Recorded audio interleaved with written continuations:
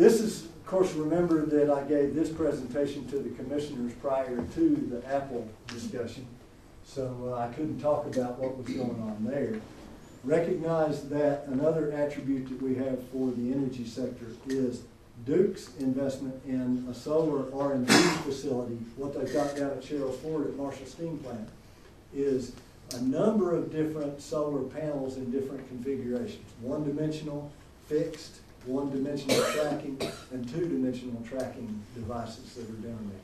They're testing them side by side. They've got everything from Solyndra solar panels, I guess, to, no, they don't. Yeah, to Chinese solar panels. No, they don't. Yeah. But they're testing them side by side by side by side in all these different configurations.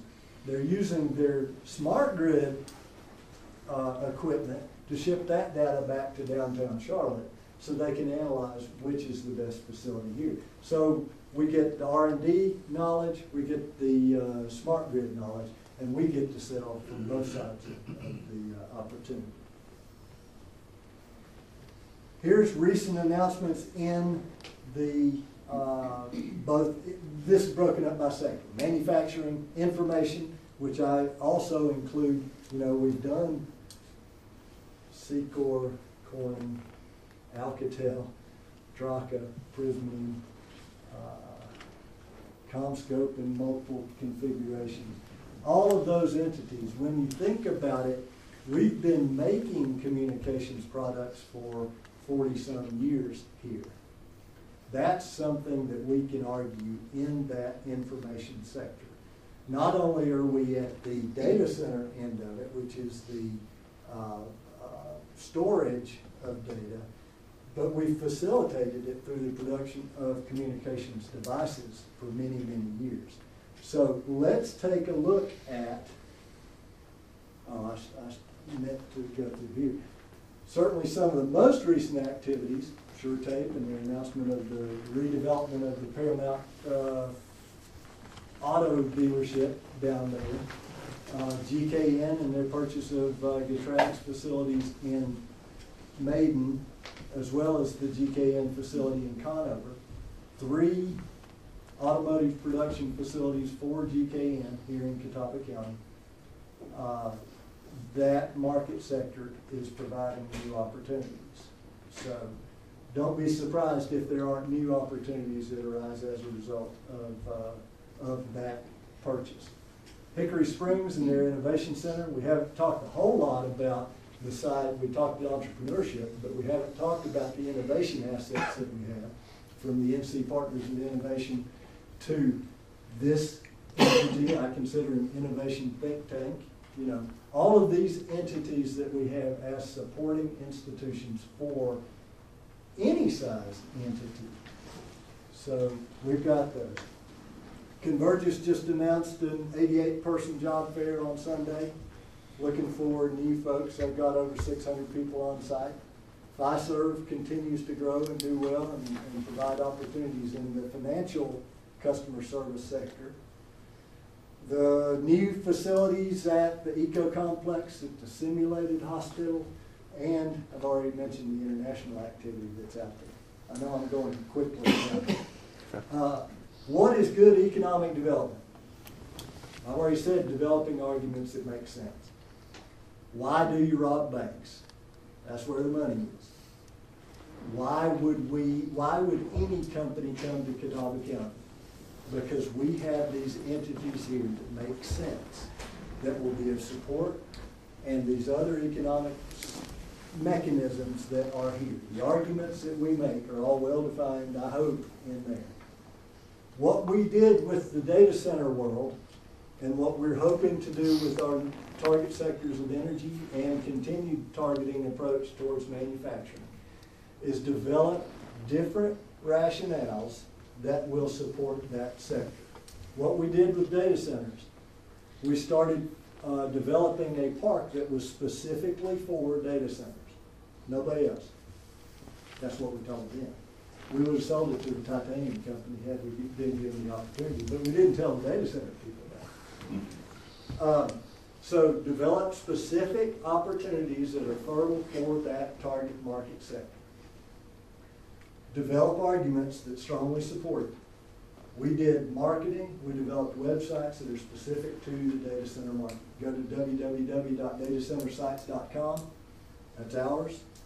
It shows you all the properties that we have out there for data centers. We joined national entities, 7x24, and other data center oriented groups, so that we would go out and get to know these people. Then we started inviting them 5 or 6 years ago, Donald, to Hickory, and it started out with 8 people.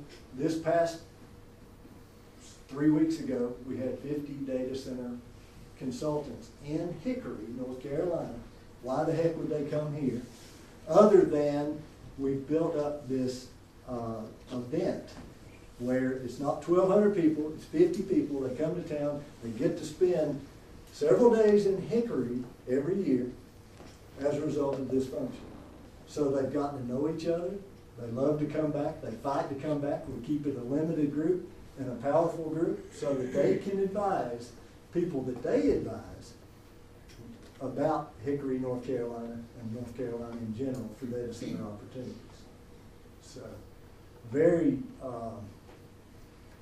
just a fantastic opportunity for Hickory. And we think with the development of Data Park number 2, multi-jurisdictional park in Conover, north of Walmart there, we think that we should have the final agreement signed by all the communities that are participating.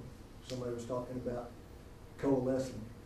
All these communities that have chosen to participate in the funding of the infrastructure that's going to be required for this multi-jurisdictional park should be, before Christmas, formally signed onto a document. And we'll have media there and everything.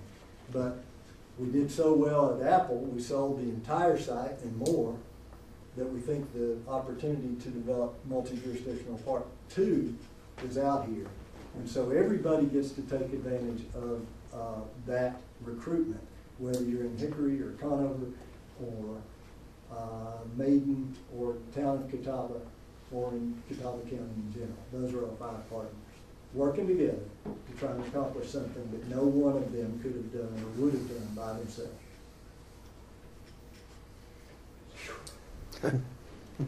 Telecom, energy, manufacturing. We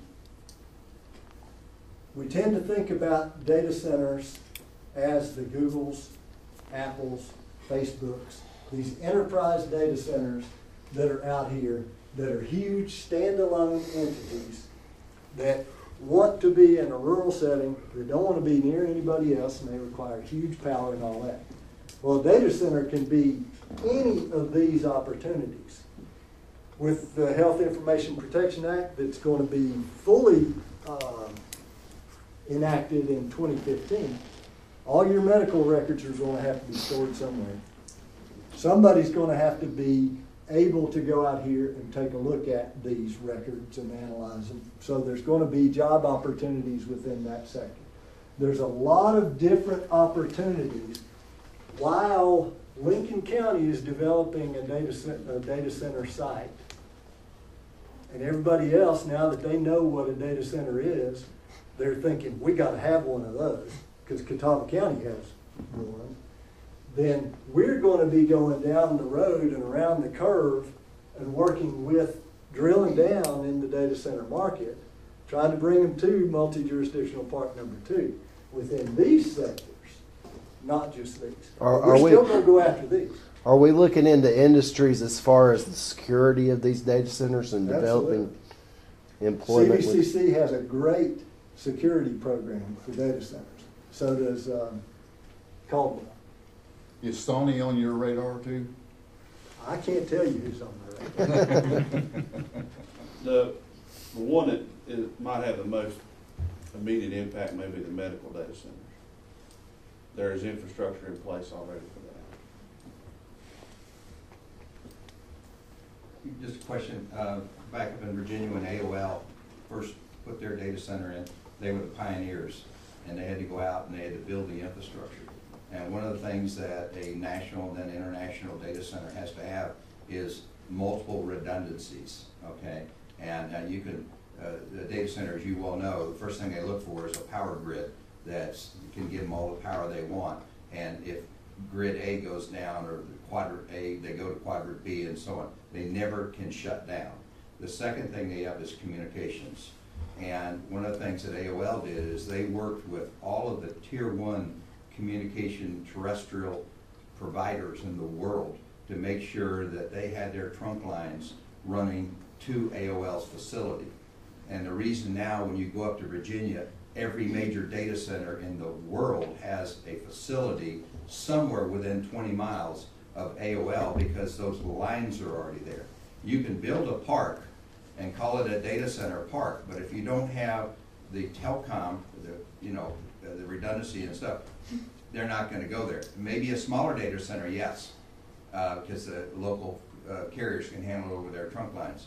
But the big guys, they won't. So the whole reason that these guys start going around each other is because that's already there.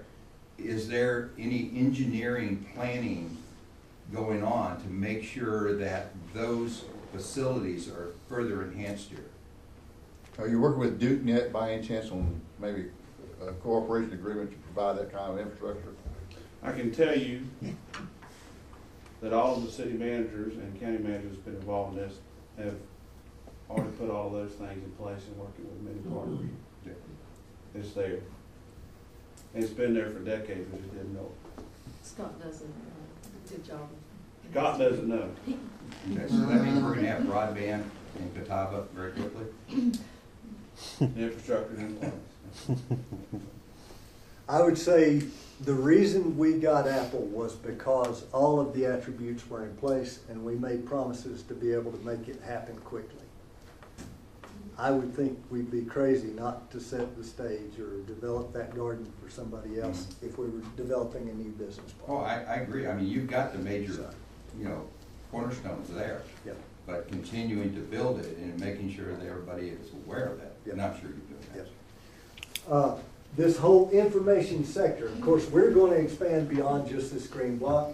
This is what we've done so well for so many years, but there's other opportunities in this new world, whether it's with the cloud or whether it's with the smart grid or whether it's with sensors or building systems or whatever. Now, this one, quite frankly, we got to figure out how we're going to merge these opportunities and market them all. We're not quite there yet, but there are plenty of opportunities here. It just takes horsepower.